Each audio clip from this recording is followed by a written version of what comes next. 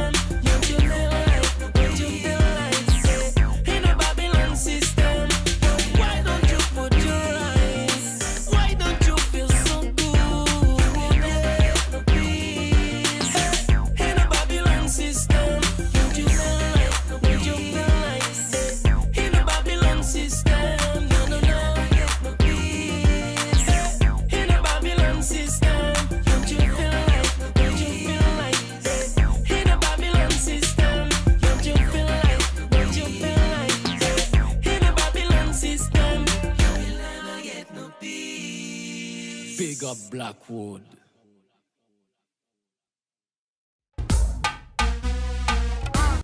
Vous êtes de retour sur TMTC et le combat est sur le point de commencer. Bon, promis Rémi, je vais pas te faire trop mal, je vais aller doucement, t'inquiète pas. Bonsoir. Tu vas bien? Ça va, merci. Merci de nous accueillir en tout cas, c'est gentil. Ça fait plaisir d'être là encore une fois sur les ondes. Top. Alors, tu as débarqué en Guyane à l'âge de 8 ans, c'est bien ça. C'est ici que tu as découvert la boxe thaï. Comment ça s'est passé? On veut marcher sur les traces de Robocop. J'ai découvert la boxe thaï à l'âge de 13 ans, donc c'est 5 ans après mon arrivée en Guyane. C'est mes grands frères qui ont commencé simplement à faire de la boxe. Ils m'avaient vanté les mérites de ce sport de combat, sachant que voilà, étant tout petit, j'étais vraiment tout frêle. Oui, le petit qui arrive de France, voilà, on le chamaillait un petit peu, donc du coup j'ai dû faire mes armes et puis avec mes deux grands frères, ça m'a permis aussi de trouver ma place dans la famille et de trouver une certaine confiance en moi. Parce que bon, à l'âge de 13 ans, en fait, j'ai commencé à faire un petit peu de musculation, j'ai commencé à devenir un petit peu plus costaud que les autres, donc il fallait canaliser cette énergie-là aussi, qui était pas, c'était pas simple. Donc pour jouer, des fois je faisais mal aux autres sans faire exprès. Ah, excusez-nous, il y en a Hulk parmi nous. Donc du coup, je me suis mis à la boxe et voilà, je me suis dit que si un jour j'avais à me défendre ou si je devais défendre quelqu'un que j'aime, je devais le faire à 100% et correctement, quoi. Et c'est tout à ton honneur. Et c'est Merci. à quel âge que tu as gagné ton premier combat? J'ai gagné mon premier combat, j'avais 15 ans. Donc ouais, j'ai commencé à 13 ans et puis j'avais un petit peu peur des coups, comme tout le monde. Et j'avais peur des coups au corps surtout. Et j'ai commencé mon premier combat, donc j'ai loupé plusieurs interclubs. On m'a rappelé, on m'a dit Rémi, vas-y, viens. Ils ont vu le potentiel. Ouais, ils m'ont dit vas-y, c'est toi, la prochaine fois, t'y vas. Et puis à mes 15 ans, j'y suis allé. J'ai fait un premier combat, ça a été très rapide, je m'en souviens à peine. Je sais que ça s'est fini par abandon au deuxième round. Donc j'ai fait mon premier round, j'ai tout envoyé. Ah ouais. Et à l'appel du deuxième round, donc l'adversaire n'a pas voulu repartir au combat. Donc c'était vraiment une expérience assez rapide et intense, mais j'en garde un bon souvenir. Et tu as été sacré champion de France à seulement 17 ans. Ça fait quoi d'être sacré champion de France à seulement 17 ans? C'est ouf quand même. Moi, je me voyais déjà champion. Ouais. Après, c'est vrai que j'ai combattu dans une fédération. Bon, c'était une fédération où il n'y avait pas tellement de combattants, mais c'est vrai que ça fait quand même plaisir quand tu travailles depuis assez longtemps, que tu t'entraînes tout seul, que tu rêves d'être champion, d'avoir voilà, un titre de quelque chose, sachant qu'à l'époque, il n'y avait pas encore de ceinture à proprement parler. C'était des titres sur papier où on marquait champion de France. Mais c'est vrai que ça m'a fait décoller. J'ai commencé à voir le regard de certains changer et voir que ça apportait une dynamique au club qui était favorable pour la Guyane française en entière.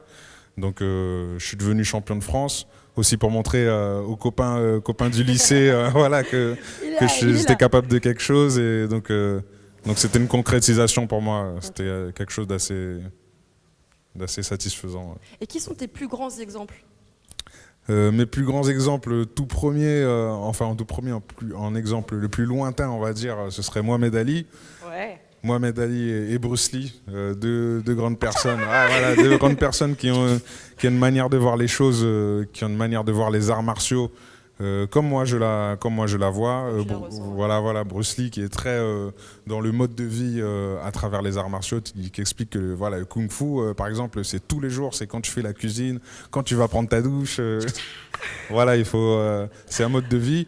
Et Mohamed Ali pour sa perception de la vie et de ce que la boxe pouvait apporter aux autres.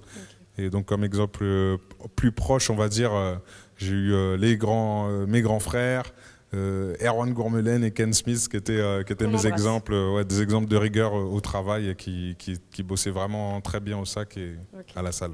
Et d'ailleurs toi aussi, tu es un exemple. Tu travailles comme éducateur dans un centre sportif renforcé, centre éducatif renforcé, voilà, pour les jeunes. Est-ce que tu peux nous parler un peu de cette facette de toi que tout le monde ne connaît pas forcément? Voilà, donc à vrai dire, la boxe, pour moi, ça a toujours été un moyen de rentrer en communication avec le monde qui m'entoure, parce que c'est quelque chose que j'aime, mais c'est quelque chose aussi que les jeunes aiment beaucoup. Donc ce qui m'a amené à devenir éducateur sportif. Dans un centre éducatif renforcé, donc c'est un centre où on reçoit des jeunes dits en difficulté, bon, qui à vrai dire ont juste besoin d'apprendre à se questionner sur leur manière de vivre, et ils peuvent voir que c'est quelque chose d'assez violent, mais que tout en étant très violent, c'est quelque chose qui comporte aussi beaucoup de règles, beaucoup de rigueur, et on ne peut pas arriver à un certain niveau sans entraînement et sans rigueur, sans respecter les gens qui sont autour de nous. Et voilà. Okay. Et pour ceux qui ne le savent pas, le 23 juin, c'était ton tout dernier combat. Voilà. Déjà félicitations parce que tu l'as gagné, tu as remporté au deuxième round, par KO en plus. Voilà. Donc c'est quoi la suite pour toi? On va dire que, bon, après on me dit souvent, ouais, il ne faut jamais dire que c'est le dernier parce que tu t'arrêtes jamais vraiment, mais vraiment pour moi c'était une concrétisation. Enfin, j'avais besoin de boucler la boucle parce que je sortais de 3 défaites. 3 défaites à la suite, donc j'avais besoin un peu de retrouver confiance, et on va dire que la suite pour moi c'est vraiment la reprise en main du club, de mon club dont je suis devenu président. Et c'est vrai qu'en étant combattant, on ne peut pas être à la fois combattant et enseignant. Mario Eli qui est avec moi tous les jours peut vous le dire, que c'est très compliqué. Et donc moi, mon souhait, c'était vraiment mon souhait et mon besoin.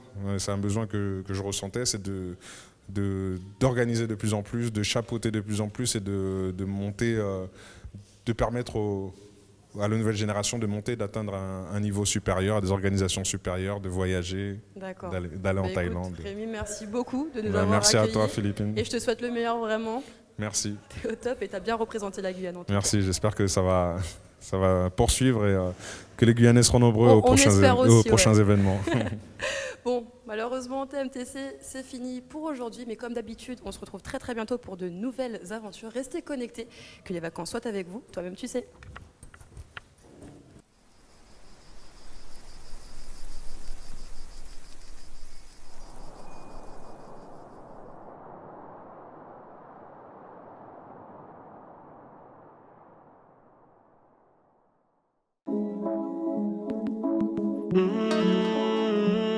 Around to the scene again.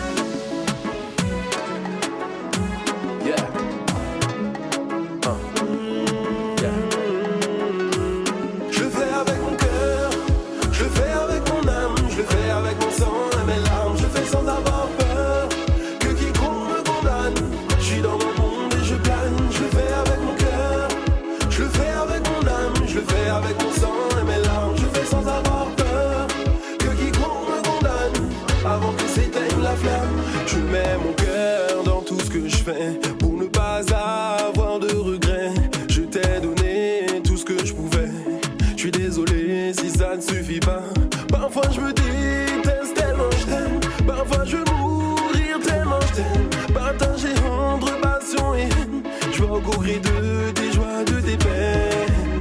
Comment pourrais-tu y croire si je ne te montre pas qu'au fond de moi j'y crois? J'ai pris du temps mais aujourd'hui j'ai compris qu'il faut me sacrifier pour que ça marche avec toi. Comment pourrais-tu y croire si je ne te montre pas qu'au fond de moi j'y crois?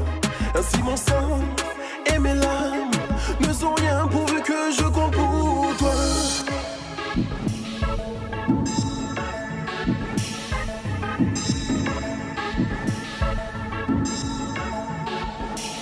Je le fais avec mon cœur, je le fais avec mon âme, je le fais avec mon sang et mes larmes. Je le fais sans avoir peur que quiconque me condamne. Je suis dans mon monde et je plane. Je le fais avec mon cœur, je le fais avec mon âme, je le fais avec mon sang et mes larmes. Je le fais sans avoir peur que quiconque me condamne.